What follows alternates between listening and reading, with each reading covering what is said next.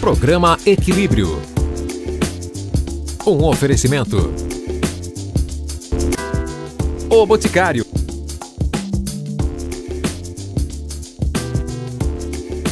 Colégio C, o seu potencial levado a sério. Spa São Pedro, Spa Médico. Olá, começa agora Equilíbrio, seu programa sobre bem-estar, qualidade de vida e saúde. O tema desta semana é um assunto que não sai de moda nunca aqui no nosso programa. Coração e doenças cardiovasculares. A gente recebe esta semana o cardiologista Marcelo Demarque. Ainda, Fernanda, no Ponto de Equilíbrio, a gente vai falar com a Vanessa Alves. Ela que é Master Teacher Suspensos. Ela vai falar de uma dúvida que as pessoas têm. O Pilates substitui a musculação? Aguarde que você vai acompanhar essa resposta para esta dúvida que impera na cabeça das pessoas que praticam Pilates e não sabem se continuam fazendo musculação ou vice-versa. Aqui com a gente também teremos aquela dica especial de cuidados com a pele com a nossa querida dermatologista Cristiane Radaik e a Mariane Nagy, aproveitando que hoje nós vamos receber aqui um cardiologista, vai trazer uma receita que faz muito bem ao coração direto do Spa São Pedro. Fica aí que o equilíbrio só está começando.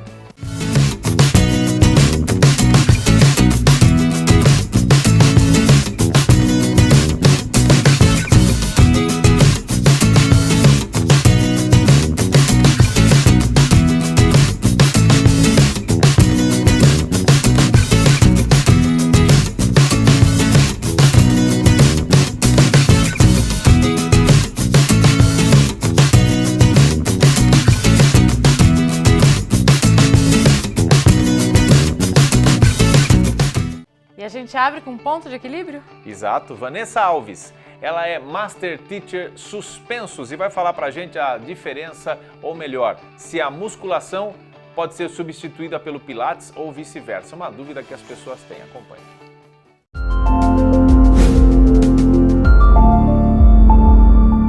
Oi gente, tudo bem? Eu vim aqui hoje para falar para vocês sobre um tema diferente um pouquinho e que eu acho que é dúvida de várias pessoas. O Pilates e a musculação, né? Eles podem ser substituídos um pelo outro? O Pilates pode substituir a musculação ou não? Uma coisa não tem nada a ver com a outra. Gente, pessoal da musculação, não fiquem bravos comigo, tá? Mas vamos lá. Gente, o Pilates ele traz inúmeros benefícios, mas tem uma coisa diferente da musculação, né? De maneira geral, nós não trabalhamos o princípio de carga e sobrecarga no corpo como é trabalhado na musculação, né? Então, no Pilates, em geral, a gente não trabalha a hipertrofia, que é o aumento da massa muscular. Porém, nós trabalhamos muito a questão da definição muscular e o fortalecimento dessa musculatura. Vou citar um exemplo para vocês. Se você faz musculação há muito tempo e você tem aquele famoso abdômen tanquinho, né?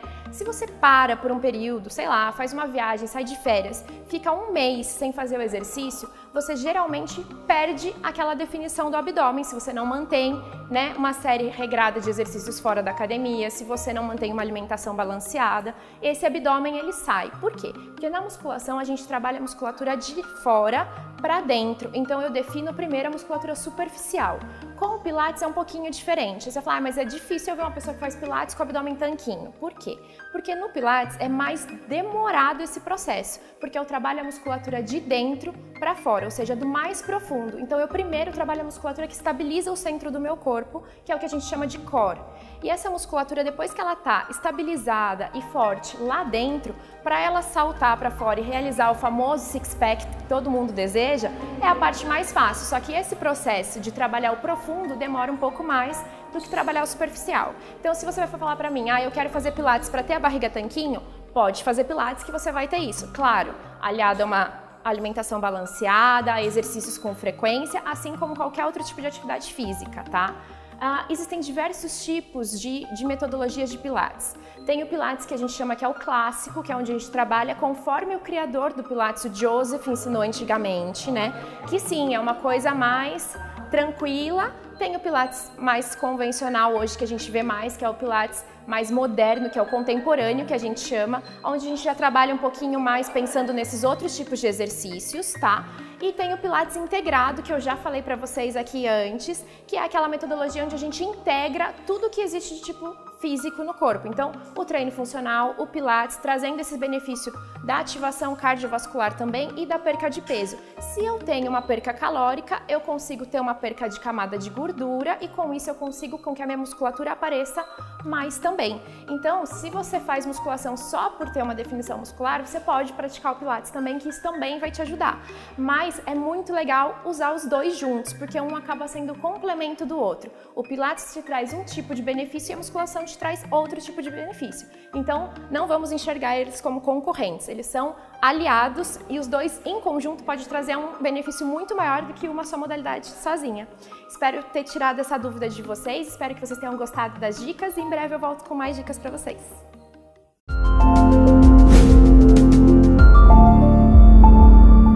E é isso, você acompanhou a Vanessa Alves, essa dica que ela deu, na verdade uma resposta aí para as pessoas que se confundem ainda, tem este dilema, vamos chamar assim, entre fazer musculação ou Pilates. O bom mesmo, não é, Fernanda? É fazer as duas coisas, ter uma combinação aí entre os estilos, as modalidades aí que vão fazer bem para o corpo e para a mente. E agora a gente vai para o comentário da Cristiane Radaick. Essa semana ela fala sobre como acabar com a papada. Acompanhe. Cristiane Radaick de volta ao equilíbrio com muito prazer. Hoje nós vamos falar um pouquinho sobre a papada. A papada incomoda bastante, gente, tanto homens quanto mulheres. Existem papadas que elas são cirúrgicas mesmo. Elas têm um acúmulo de gordura tal na região que a única alternativa vai ser uma lipoaspiração local. Mas as papadas que são menorzinhas e que são por acúmulo de gordura, hoje elas podem ser tratadas com um ativo novo que chama deoxicolato. É um produto da Allergan. A Allergan é a dona do Botox e da linha Juvederm, então é um laboratório que já tem tradição no mercado. Eles estão lançando um medicamento que chama Quibella, que é esse deoxicolato. É uma medicação injetável que é como se ela fosse derreter aquelas células de gordura e deixar essa gordurinha mais compactada. Então o Quibella vai ser aplicado com intervalos quinzenais, uma média de 4 sessões. Ele está desembarcando no Brasil, ainda não chegou, mas está com uma promessa bem interessante. Então a dica de hoje a respeito da papada foi sobre o Quibella. Mas a papada ela pode ser feita não só de acúmulo de gordura, mas ela pode ser feita também por uma frouxidão dos músculos que a gente tem nessa região aqui do pescoço. Esses músculos eles têm que ficar juntinhos uns com os outros. Esse músculo ele pode estar flácido como se tivesse uma hérnia, e daí essa pele vai ficar flácida não por aumento de gordura, mas por flacidez muscular. Nesse caso, a alternativa seria uma cirurgia plástica mesmo. E pacientes mais jovens, que têm uma papadinha bem incipiente, é uma flacidez leve, elas vão se beneficiar muito dos tratamentos com ultrassom microfocado. O ultrassom microfocado é uma tecnologia não laser, ela está no mercado desde 2012 e ela dá resultados consistentes em flacidez leve a moderada. É uma terceira opção de tratamento em casos selecionados. Então essa foi a dica de hoje a respeito das papadas. Até o próximo programa. É isso aí, ótima dica, e semana que vem ela traz mais novidades pra gente aí no mercado de beleza, de saúde da pele, enfim. Valeu, Cris Radaick. Agora a gente vai para uma receita especial, Fernanda. A gente vai entrevistar hoje o Marcelo Demarque, cardiologista, e a nossa querida Mariane Nagy vai trazer pra gente uma receita que faz muito bem ao coração. Vamos acompanhar. Exato, direto do Spa São Pedro, é você, Mariane Nagy.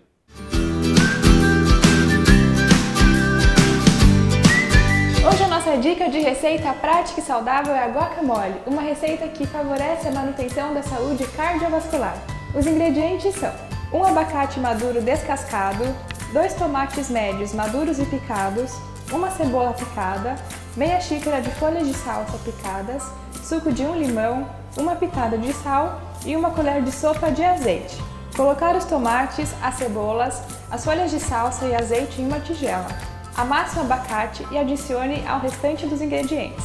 Misture com cuidado para que o abacate não vire uma pasta. Finalize com o sal. Essa foi a nossa dica de hoje e semana que vem voltaremos com mais novidades.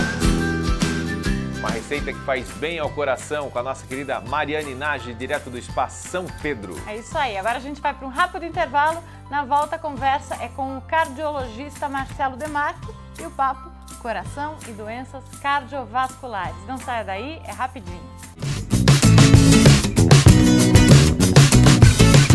Acho que a gente precisa tirar um momento para se cuidar, se curtir, se gostar mais. Mesmo que seja só por um instante. Desligar de tudo e ter uma única prioridade: nós mesmos. Já que o mundo não vai parar, quem precisa parar é a gente. Nova linha Cuide-se Bem. Faça isso por você. O Boticário, acredite na beleza. Deixe a correria de lado e venha para a saúde e qualidade de vida no Spa São Pedro. Aqui a alimentação é saudável e balanceada. E você conta com 35 tipos de terapias corporais, faciais e relaxantes. Banhos, cuidados com a pele, corpo, mãos, pés e cabelos. Tudo isso em uma área verde linda e preservada. Venha emagrecer, se cuidar e relaxar. Venha para o Spa São Pedro.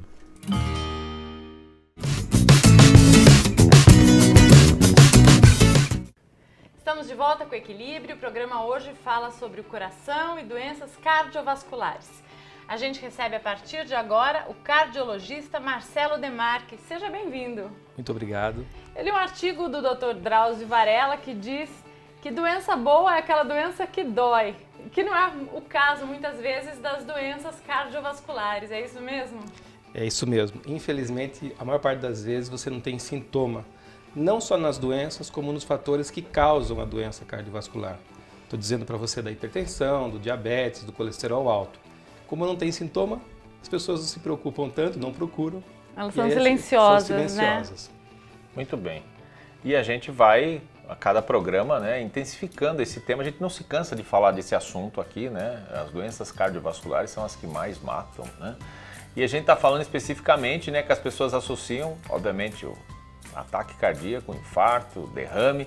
Qual que é a diferença do ataque cardíaco, do infarto? É a mesma coisa? São singulares? Como é que é, doutor Marcelo? Você falou uma coisa muito importante. As doenças cardiovasculares são a principal causa de mortalidade, não só no Brasil, como no mundo. Aproximadamente 40% das pessoas que estão morrendo agora no mundo estão morrendo de doenças cardiovasculares, né? E aí a gente destaca o infarto agudo do miocárdio e o acidente vascular cerebral. O ataque cardíaco é um nome mais popular para falar que você teve um infarto agudo, Sim. seguido às vezes de uma arritmia cardíaca, e aí você tem um ataque cardíaco. Um ataque cardíaco, tá. Mas é a doença, são as doenças que mais matam hoje. Pra você ter uma ideia, no Brasil são 300 mil mortes por ano. É uma morte a cada 2 minutos. E há diferença entre homens e mulheres nesses números? Sim. Apesar de que hoje as mulheres estão evoluindo nessa porcentagem de ter essas doenças, né? Antigamente você tinha o homem sendo muito mais acometido pelas doenças cardiovasculares, mas hoje as mulheres estão chegando muito próximo. As estatísticas mostram que ainda em torno de 55% a 60% dessas doenças acometem mais os homens. Mas as mulheres hoje, pela qualidade, pelo estilo de vida, pela dupla jornada, pelo estresse, elas estão chegando muito próximo. Há regiões que a gente pode citar que tem maior incidência de problemas cardíacos? Isso no Brasil, a gente sempre, se você parar para olhar o mundo, as regiões mais desenvolvidas, elas têm uma melhor medicina, elas têm as pessoas mais culturalmente mais melhores, então elas acabam tendo um acompanhamento melhor. No Brasil, a gente também pensa exatamente nisso. As mortalidades diminuem nas regiões mais desenvolvidas, como a região sudeste, a região sul, né? Mas tem um paradoxo aí. No Nordeste, apesar de ter uma condição socioeconômica inferior a essa região sudeste e as pessoas acabarem até muitas vezes não procurando tantos médicos, ninguém sabe por quê, mas ainda o clima ou talvez o estilo de vida faz com que essas pessoas também não tenham tanta mortalidade. Mas se você for pensar, as regiões mais desenvolvidas hoje, elas têm um melhor controle e estão diminuindo a mortalidade, apesar de que ainda são as regiões que mais morrem. Talvez pelo estresse, pelo estilo de vida, pela quantidade de trabalho que as pessoas acabam tendo. A gente está falando aí em doenças, né, que doem, né? Dessas daí, como é que você consegue elencar essas daí? Quais seriam as mais complicadas aí? A doença arteriosclerótica, né, que a gente fala, e a popular angina, a dor no peito, né, ela tem duas características. Ela pode ser uma angina progressiva, a pessoa começa a ter o sintoma e ela acaba tendo limitações de algumas funções, mas a gente sabe também que 25% das vezes a primeira manifestação da doença arteriosclerótica, da doença coronariana em si, é um infarto agudo. Tá? Então, e quase 20% tem morte súbita na primeira manifestação. Então, a dor no peito, a taquicardia, a palpitação, ela pode acompanhar alguns pacientes, mas 20% às vezes a primeira manifestação ou é um derrame ou é um infarto. E isso depende da idade? A idade é preponderante. Quanto maior a idade, mais risco você tem, né? Mas também é uma outra situação que atualmente tem tido uma grande mudança. Se você pegar as décadas de 80 e 90, as pessoas entre 20 e 40 anos, no máximo chegava a 5,8% de mortalidade. Atualmente, os dados daqui do estado de São Paulo, que são os dados um pouquinho mais apurados, já tem uma porcentagem em torno de 12 a 15%. Pessoas entre 20 e 40 anos morrendo de doenças cardiovasculares. 20 e 40 anos. É assustador isso. É assustador. A idade média, né, a idade que mais acomete está em torno de uma média de 56 anos nos homens. E dizem que a mulher, quando entra no período da menopausa, ela também tem um aumento nessa probabilidade? Existe isso também? Tem alguma relação, doutor? É muito importante. A mulher, quando entra na menopausa, ela tem uma diminuição na produção, principalmente do hormônio estrógeno, que é um hormônio que causa uma proteção cardiovascular. Então, por isso que a mulher, antes da menopausa, ela tem menos chance de ser acometida, não que ela não possa ser. Na menopausa, com a diminuição da produção do estrógeno, essa chance começa a aumentar. A gente brinca que do ponto de vista cardiovascular, ela fica quase igual a um homem. Ela passa a ter o mesmo risco, né, na verdade. O que a gente pode... A gente pode falar que por exemplo, você falou esse dado aí de 20, 40 anos, que realmente assusta. É o quê? Essa geração Y, essa daí, né? É o estresse, é o cortisol em excesso. O que leva essas pessoas que são tão novas, né? Acho que assim, uma pessoa com 20 anos, eu tenho caso, conheço gente com 20 anos que já foi parar 2 vezes em hospital, tendo crise de palpitação aguda, não sei o nome correto disso, mas enfim. O que leva uma pessoa com essa idade, quer dizer, na flor da idade, tá tendo esses sintomas e daqui a pouco, eventualmente, até um infarto?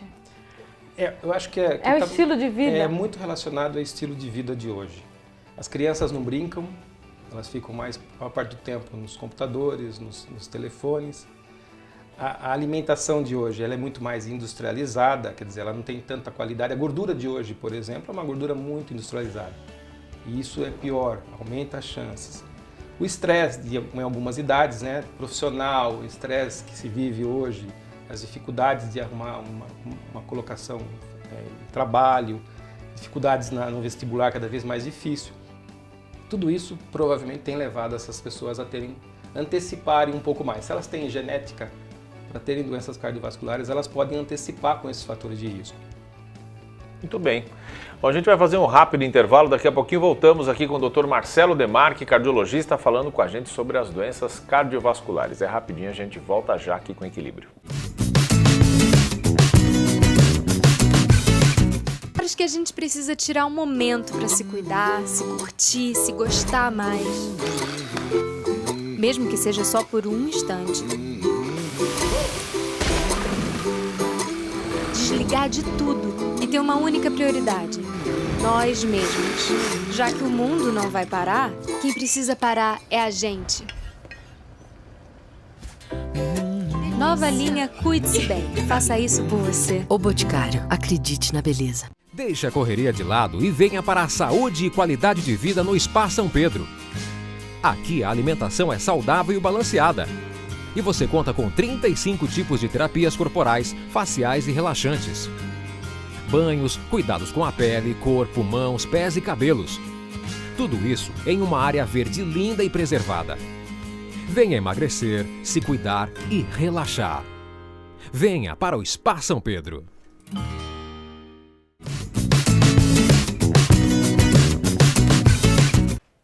Já estamos de volta com Equilíbrio, hoje falando com o Dr. Marcelo Demarchi, cardiologista, falando, obviamente, sobre as doenças cardiovasculares, essas doenças silenciosas que tanto assustam as pessoas. No bloco anterior, a gente falava sobre essa questão, né, cada vez mais a idade, né, preocupante vem diminuindo. Falamos da faixa aí dos 20 aos 40 anos.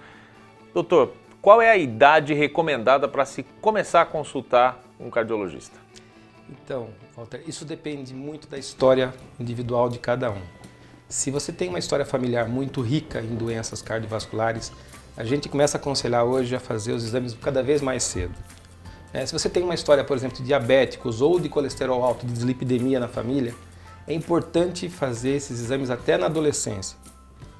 Porque assim, quanto mais cedo você começa a intervir nos fatores de risco, menos chance você vai ter de ter algum evento lá na frente. Então você pode até adiar um evento que poderia acontecer muito cedo. Então não existe uma idade correta. Antigamente a gente falava que até os 40 anos, se você não tivesse história na família, você poderia procurar um cardiologista a cada 5 anos. Hoje já não vale tanto. A gente sabe que colesterol, por exemplo, desde que você nasceu, ele começa a ter uma deposição microscópica em cada artéria do seu corpo. Se você tem uma história familiar que tem alguma doença muito rica, é melhor você começar cedo. Histórico familiar, a gente pode falar, por exemplo, avós. Os meus avós maternos faleceram de infarto, né? Então, assim, eu tenho histórico familiar. Cuidado redobrado. Principalmente primeira geração, pai, mãe, irmãos é mais preponderante, mas história de avós, tios, também tem que ser levado em consideração. Porque tem muitas famílias que você pula alguma geração e vem para a próxima. Também não é muito comum, mas acontece. Agora nessa questão de se prevenir, né? O que a gente pode fazer, a título de cuidados, que a gente sempre ouve a questão da atividade física, alimentação correta e tudo mais. E como o senhor citou aí, no começo, né, desde os primeiros anos de vida, já vai se depositando ali, né, aquela pequena quantidade, né, nas suas artérias e tal. Tem como reverter isso ou isso, uma vez depositado ali, nunca mais sai? Depositado, sair não sai. A gente tem como evitar a progressão dessa doença. Tá. Quando você adota medidas de... mudar o estilo de vida. De melhora de estilo de vida, com exercício regular, uma dieta mais balanceada, você evita a progressão. Tá. E você não tem uma evolução rápida disso. Mudar o estilo de vida. Então, atividade física. O que bom, na verdade, assim, o Marcelo foi nosso primeiro entrevistado no Equilíbrio, né? Sim. É uma delícia tê-lo aqui de novo, falando um assunto super sério, mas assim, eu lembro que você falou que a recomendação da Organização Mundial de Saúde, 1.250 calorias, né, semanal. Isso é válido, permanece ainda? Tem alguma outra orientação? Em termos de intensidade, de tempo de exercício, esse valor ainda permanece. O que a gente tem que tomar um pouco de cuidado é que as pessoas hoje começam a fazer exercício e querem intensificar muito rápido ou fazer exercícios fora da faixa ideal para elas. Também tem estudos dizendo que exercícios muito intensos, né, eles também aumentam muito o risco de você ter uma doença cardiovascular. Então o exercício ele é fundamental, mas ele tem que ser muito bem orientado. E principalmente tem que ser checado antes se essa pessoa tem condição de fazer exercício. Isso é um dado muito importante, porque as pessoas acabam fazendo hoje sem orientação muitas vezes e tentam chegar em limites que talvez não faça bem mesmo, aliás, façam mal. Os 1.250 calorias, pode ser uma caminhada. Pode ser. Geralmente uma caminhada... Tem que ser aeróbico, a importância é essa? É assim, o exercício ideal é aquele que combina os dois componentes, né? A parte de resistência muscular com a parte de ganho aeróbio. Tá. Então, se possível, ter os dois componentes no exercício. Né? Quando fala em 1.250 calorias, se você traduzir isso, fácil de você ver, é andar 1 hora por dia, numa velocidade moderada, em torno de 5 km por hora, 5 vezes por semana. Tá? Isso já traz muito benefício. Se você tem uma atividade que prioriza a parte muscular junto com isso, já te protege mais ainda. E qual a periodicidade do check-up e quais os índices que a pessoa tem que estar bastante alerta em relação aos valores que aparecem nos exames médicos, exames de sangue, por exemplo, que são preocupantes? É como eu disse, né? Depende um pouco, vai depender da história que ela tem de família, da idade que ela tem. Né? Uma pessoa acima de 40 anos, é ideal que ela faça anualmente. Uma pessoa abaixo de 40 anos, principalmente no homem, se tem história familiar, ele tem que também fazer anualmente, né? E a preocupação maior são com os níveis de pressão arterial, os níveis de glicemia e os níveis de colesterol, que a gente chama os níveis lipídicos. Atenção nisso daí e fazer esse check-up anualmente, então. Se você tem exames normais, não tem uma história tão importante na família, você pode fazer anualmente. Se você tem exames mais limítrofes ou alterados e tem uma história familiar, aí você vai determinar para cada paciente, individualizar essas avaliações. Bom, tipos de alimentos ou manias, vícios que as pessoas têm que potencializam todas essas questões que a gente falou aqui agora. Aquela cervejinha de fim de semana, né? Tabagismo, ele é extremamente... Esse é o número 1. Número 1. Extremamente perigoso para doenças cardiovasculares, como para todas as doenças em geral. Então, tabagismo seria acho que o mais importante. Alimentação com muita gordura ou com gorduras, né, industrializadas, que a gente chama hoje. Açúcar, né, os carboidratos em excesso. Né, porque aí se você tem uma predisposição a ter diabetes, você pode também piorar isso mais rápido. O álcool, né, que também aí não só a doença cardiovascular, como as outras doenças aí. Então, tentar equilibrar tudo isso. Não que você não possa nada, não possa comer, não possa tomar uma cerveja de vez em quando, mas equilibrar isso. Agora, fumar não pode, nem um pouquinho. Gostei. Agora, é possível a pessoa... Vou mudar meu estilo de vida, né? Então, foi ao médico, viu que os níveis não estão legais, vou mudar e vou reverter. É possível? É possível. Sempre é possível? Sempre é possível. Na mudança de estilo de vida, você consegue, às vezes, perder bem peso, melhora os seus níveis de pressão arterial. Normalmente, os níveis de glicemia caem muito. Você melhora o colesterol bom quando você faz exercício. Isso, só isso já te é garantia de que você vai ter uma grande melhora. Que bom. Bom saber, né, Valder? Muito bom. Doutor Marcelo, a gente agradece mais uma vez a sua participação aqui, sempre uma simpatia esclarecedora aqui com a gente e essa, né, questão tão importante que são as doenças cardiovasculares. Que não demore mais um ano para voltar, né? Obrigado, estou à disposição. Que você volte antes agora. Obrigado, doutor Marcelo. Na próxima semana, mais um programa inédito para você aqui pela ITV, mais uma edição do Equilíbrio, falando sobre qualidade de vida, saúde e bem-estar. É isso aí, uma ótima semana, um beijo grande e até mais. Até mais, tchau, tchau.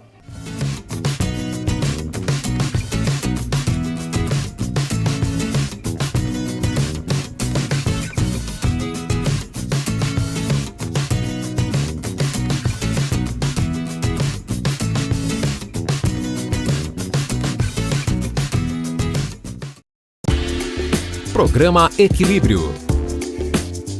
Um oferecimento. Nova linha de cuidados diários. Cuide-se bem. Faça isso por você. O Boticário. Acredite na beleza. Colégio Ser. O seu potencial levado a sério. Spa São Pedro. Spa Médico.